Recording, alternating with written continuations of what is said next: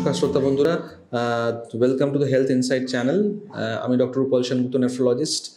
আজকে যে জিনিসটা নিয়ে, যে বিষয়টা নিয়ে আমরা আলোচনা করব, সেটা আপনারা অনেকেই জানতে ভীষণই আগ্রহী, যে কখন ডায়ালিসিস শুরু করতে হবে। কিডনি পেশেন্ট যারা, তারা কিছু পেশেন্ট নেফ্রোলজিস্টকে অলরেডি দেখাচ্ছেন, কিছু পেশেন্ট অলরেডি নেফ্রোলজিস্টকে দেখাচ্ছেন না। অনেক নেফ্রোলজিস্ট আপনাদের ডায়ালিসিস করতে বলছেন, তৈরি হতে বলছেন।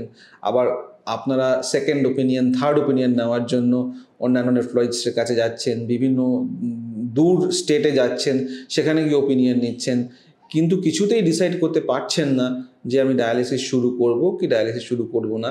কারণ খুব স্পন্টেনিয়াসলি কোনো মানুষই চান না যে ইমিডিয়েটলি ডায়ালিসিস শুরু করি, কারণ আপনাদের কেউ বুঝিয়ে বলেনি যে ডায়ালিসিস শুরু করলে তার উপকারটা কী। এই এতগুলো প্রশ্নের উত্তরে আমার প্রথম উত্তর যেটা থাকবে সেটা হচ্ছে যে ডায়ালিসিস পেইনফুল নয়। বহু মানুষ আমাদের কাছে আসেন যে ডায়ালিসিস আমি শুরু করব না, আমি মরে গেলেও কিছুতেই ডায়ালিসিস শুরু করব না, কেন ডায়ালিসিস করতে ব্যথা লাগে। মিথ, ভুল ধারণা, ডায়ালিসিস করতে ব্যথা লাগে না। 2 নম্বর, যে ডায়ালিসিস করলে গলায় ফুটো করে দেওয়া হয়, এটাও ভুল ধারণা। যদি আপনারা অনেক দিন ধরে নেফ্রোলজিস্টকে দেখাচ্ছেন এবং নেফ্রোলজিস্ট ডাক্তারবাবু আপনাদের হাতে একটা চ্যানেল তৈরি করতে বলছেন, যেটাকে এভি ফিস্চুলা বলে, সেটা যদি করে ফেলেন সময় মতো, তাহলে গলায় চ্যানেল করতে হয় না। যাদের এমার্জেন্সি ডায়ালিসিস শুরু করার জন্য ফিস্চুলা হাতে নেই অথবা ফিস্চুলা রেডি হয়নি, তাদের চ্যানেল করতে হয়। তাদের গলায় ইন্টারনাল জুগুলার মোটা একটা ভেনে, গলায় মোটা একটা ভেনে একটা ক্যাথেটার দিতে হয়। ভালো ডায়ালিসিস সেন্টারে উপযুক্ত ডাক্তারবাবুর হাতে এটাও অলমোস্ট পেনলেস, বা সাধারণভাবে আপনার রক্ত পরীক্ষা করার জন্য যতটুকু ব্যথা লাগে অতটুকুই ব্যথা লাগবে, এর বেশি ব্যথা লাগবে না। এই লাইনটা টেম্পোরারি লাইন, এই লাইন দিয়ে কিছুদিন ডায়ালিসিস করার পরে হাতে পার্মানেন্ট ফিস্চুলা বানিয়ে নিতে হয়। তাহলে ডায়ালিসিস পেনফুল নয়। যখন ডায়ালিসিস চলে তখন বেশিরভাগ মানুষই ঘুমিয়ে পড়েন। যারা খুব বিজি তাদের অনেকেই নিজেদের কাজকর্ম ডায়ালিসিসের সময় করার জন্য রেখে দেন। আমার অনেক মানুষ যারা কর্পোরেট সেক্টরে কাজ করেন এবং ইলেকট্রনিক টেলিকমিউনিকেশন সেক্টরে কাজ করেন, তাদের নিজেদের ডায়ালিসিস চলাকালীন তারা কন্টিনিউয়াসলি নিজেদের ল্যাপটপের কাজ করতে থাকেন। এমন অনেক মানুষকে দেখেছি যারা ডায়ালিসিস চলতে চলতে মুভি দেখেন, মোবাইল নিয়ে এসে হেডফোন নিয়ে গান শোনেন। ডায়ালিসিস সেন্টারে টিভি থাকে, খেলা দেখেন, মুভি দেখেন, টিভি সিরিয়াল এনজয় করেন। বলার উদ্দেশ্যটা একটাই, যে ডায়ালিসিসে কোনো কষ্ট নেই, এটা পেইনলেস প্রসিডিওর, এবং ডায়ালিসিস করার সময় যে 4 ঘন্টা ডায়ালিসিস হয় সেটা বেশিরভাগ সময় নির্বিঘ্নেই কেটে যায়। 3 নম্বর যে বাধাটা আমি পেশেন্টদের মুখে শুনতে পাই সেটা হচ্ছে যে আমার পাড়ার অমুক বাবু বা অমুক মহিলা ডায়ালিসিস শুরু করেছিলেন, কিন্তু উনি 3 মাসের বেশি বাঁচেননি। এটা সম্বন্ধে আপনাদের যে বলি আমরা, যে যখন ডাক্তারবাবু ডায়ালিসিস করতে বলছেন আপনাদের, বা নেফ্রোলজিস্ট ডায়ালিসিস করার কথা শুরু করতে বলছেন, কেন বলছেন? কারণ আপনার নিজের কিডনির ক্ষমতাটা এতটাই কমে গেছে যে আপনার হেল্প লাগবে ডায়ালিসিস মেশিনের। এই পরিস্থিতিতে হেল্প না হলে দূষিত পদার্থগুলো শরীরে জমতে থাকবে, ইউরিয়া, ক্রিয়েটিনিন, আরও হাজারটা দূষিত পদার্থ আছে, এগুলো শরীরে জমতে জমতে যে জিনিসগুলো শরীরে ভালো আছে, কিডনি তো নষ্ট হয়ে গেছে, heart, liver, brain, skin, muscles যেগুলো ভালো আছে, এগুলোকে আস্তে আস্তে আস্তে আস্তে আস্তে আস্তে ড্যামেজ করে দেবে। যত দেরি করে আমরা ডায়ালিসিস শুরু করব, তত কিছু কিছু ইরিভার্সেবল চেঞ্জ হয়ে যাবে। যেমন হার্টের ফাংশন কমে গিয়ে হার্টটা বড় হয়ে যাবে, ডায়ালেটেড কার্ডিওমায়োপ্যাথি বলে একটা জিনিস হয়। খুব দেরি করে ডায়ালিসিস শুরু করলে ইউরিমিয়ার জন্য হার্ট বড় হয়ে যায়, ডায়ালেট হয় আগে ডায়ালিসিস না করলে। তো এই জিনিসগুলো পরবর্তীকালে আপনার ডায়ালিসিসে সুস্থ থাকার প্রবণতাটাকে কমিয়ে দেবে। আমি খুব সোজা কথায় পেশেন্টকে বলি যে যত আমরা দেরি করব ডায়ালিসিস করতে, তত আয়ু ধীরে ধীরে ধীরে কম হতে থাকবে।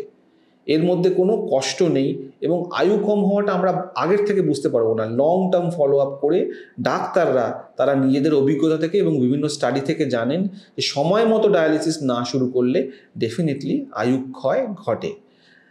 যে মানুষকে আপনারা দেখেছেন যে ভালো থাকেননি উনি ডায়ালিসিসে, বা উনি 2 মাস বা 3 মাস সার্ভাইভ করেছেন, তাদের হয়তো ভালো ডায়ালিসিস হয়নি, হয়তো ডায়ালিসিসের কিডনির রোগ ছাড়াও অন্যান্য কোমরবিডিটি ছিল, যেমন হার্টের বা ব্রেনের কোমরবিডিটি ছিল, যে কারণে তাদের খুব দীর্ঘদিন ডায়ালিসিস করা সম্ভব হয়নি। 3 নম্বর তাদের নিউট্রিশনটা খারাপ ছিল। ডায়ালিসিস করতে করতে যে নিউট্রিশনটা ইমপ্রুভ করতে হয় সেটা নিয়ে আমি আপনাদের পরে কোনো একটা পর্বে বলবো, সেরকম ভালো হয়নি। এবং ডায়ালিসিসের সময় এই প্রত্যেকটা জিনিস থেকে কি করে প্রোটেক্টেড থাকতে হয়, জীবনটাকে আরও কি করে ফ্রুটফুল করে তোলা যায়, সেটা আপনার নেফ্রোলজিস্টের কাছ থেকে বারবার জেনে নিতে হবে। যে মানুষরা সুস্থ আছে ডায়ালিসিস করে, যে 100 জন মানুষের মধ্যে 95 জন মানুষ সুস্থ আছে, তাদের সম্বন্ধে আপনি খুব একটা খবর পান না বলে আপনি জানেননি। যে মানুষ সুস্থ নেই তার খবরটাই পেয়েছেন, কিন্তু দয়া করে তার এক্সাম্পলটা ধরে নিয়ে এগোবেন না। আয়ু ক্ষয় না করতে হলে, আয়ু বৃদ্ধি করতে হলে সময় মতো ডায়ালিসিস নিতে হবে। ডায়ালিসিস শুরু করার 2 রকমের পদ্ধতি আছে। নেফ্রোলজিস্ট হয় ক্রিয়েটিনিনের ভ্যালু বা ইউরিয়ার ভ্যালু বলে ডায়ালিসিস শুরু করেন, অথবা পেশেন্টের লক্ষণ শরীরে এলে তখন ডায়ালিসিস শুরু করতে বলেন। সাধারণভাবে আমরা জিএফআর বলে একটা ভ্যালু ক্যালকুলেট করি পেশেন্টের বয়স এবং ক্রিয়েটিনিন থেকে। জিএফআর যখন 15 কমে চলে যায়, গ্লোমেরুলার ফিল্ট্রেশন রেট, তখন আমরা বলি যে কিডনির নিজস্ব ফাংশন এতটাই কমে গেছে, এবার ডায়ালিসিস শুরু করা উচিত 15 কম হলে। সেটা যে কোনো ক্রিয়েটিনিন ভ্যালুতে হতে পারে। খুব বয়স্ক মানুষের যদি ক্রিয়েটিনিন 3 হয় তাহলেও সেটা 15 কম হতে পারে। আবার যখন একজন 40 বছর বয়সের মানুষ আছে, তার ক্রিয়েটিনিন 15 কম হতে গেলে প্রায় 8 বা 10 বা 12 হতে লাগবে। সুতরাং ক্রিয়েটিনিনের উপর ভিত্তি করে বিচার করতে গেলে ঠকে যেতে হবে। জিএফআর এর উপর ভিত্তি করে ডাক্তারবাবু ডিসাইড করবেন যে না, জিএফআর কম আছে, এবার একে ডায়ালিসিসের জন্য তৈরি হতে হবে। কিন্তু শুধু কি জিএফআর তা নয়, জিএফআর ধরুন বর্ডার লাইন 14 বা 15 বা 13 আছে, সেসব পেশেন্টকেও আমরা অপেক্ষা করতে পারি, ওয়েট অ্যান্ড ওয়াচ করতে পারি, যদি পেশেন্টের সিমটম না থাকে। কিসের সিমটম? শরীরের মধ্যে ইউরিয়া ক্রিয়েটিনিন বেড়ে যাওয়ার সিমটম, দূষিত পদার্থ জমে যাওয়ার সিমটম, জল জমে যাওয়ার সিমটম, যেগুলোকে আমরা ইউরিমিক সিমটম বলি। কি কি আছে ইউরিমিক সিমটম? ইউরিমিক সিমটমগুলো সাধারণত খিদে কমে যাওয়া, খাবার দেখলে বা রান্না হচ্ছে সে সময় বমি আসা, সকালবেলা ব্রাশ করতে যাচ্ছি তখন বমি আসা, অল্প একটু হাঁটলে শ্বাসকষ্ট হওয়া, শুয়ে শুয়ে একটু হাঁপানি হওয়া, শ্বাসকষ্ট হওয়া, হাত পা ফোলা, একটু ব্লাড প্রেশার আগে যে ওষুধে কন্ট্রোল হচ্ছিল সেগুলো কন্ট্রোল একেবারেই হচ্ছে না, ঘুম না আসা, সারা রাত্রি ছটফট ছটফট করা। আগে একটা বালিশ সোজা রেখে সোজা হয়ে ঘুমাতে পারতাম, এখন তা হচ্ছে না, 2 বা 3টে বালিশে মাথা উঁচু করে ঘুমাতে হচ্ছে। এইগুলো শরীরে জল জমে যাওয়ার, দূষিত পদার্থ জমে যাওয়ার লক্ষণ, এগুলোকে ইউরিমিক সিমটম বলি। যদি জিএফআর বর্ডার লাইন থাকে, ধরুন 15 হয়নি, 14 আছে, অথচ পেশেন্টের সিমটম আছে, ইউরিমিক সিমটম আছে, সেক্ষেত্রে আমাকে কিন্তু ডায়ালিসিস শুরু করার কথা ভাবতে হবে। এছাড়া যদি আমরা ল্যাবরেটরির ফিচার ধরি, তাহলে ক্রিয়েটিনিন ইউরিয়া ছাড়াও পটাশিয়াম এবং বাইকার্বনেট বলে 2টো জিনিস আছে, সেগুলো যখন প্রয়োজনের মানে তার লেভেলের বাইরে চলে যায়, তখন ডায়ালিসিস শুরু করতে আমরা বাধ্য হই।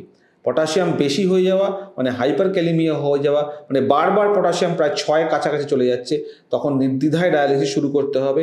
এবং শরীরে বাইকার্বনেট কমে যাওয়া মানে শরীরের অ্যাসিড, রক্তে অ্যাসিড জমে যাওয়া, যেটাকে হার্ট ফেল করাতে পারে, সেরকম কন্ডিশন হলেও আমাদের কিন্তু ডায়ালিসিস শুরু করে দিতে হবে। খুব সহজ কথায় ডাক্তারবাবু যখন ডায়ালিসিস সম্বন্ধে প্রিপেয়ার হতে বলছেন, হাতে ফিস্টুলা করে বা মেন্টালি আপনাকে প্রিপেয়ার হতে বলছেন, সেটাকে পজিটিভলি নেওয়াই ভালো। ডায়ালিসিস করে আয়ু বৃদ্ধি করতে হবে। ডায়ালিসিসকে আটকে দিয়ে কষ্ট পেয়ে আয়ু ক্ষয় করে ভবিষ্যৎটা সুন্দর করা যায় না। নমস্কার।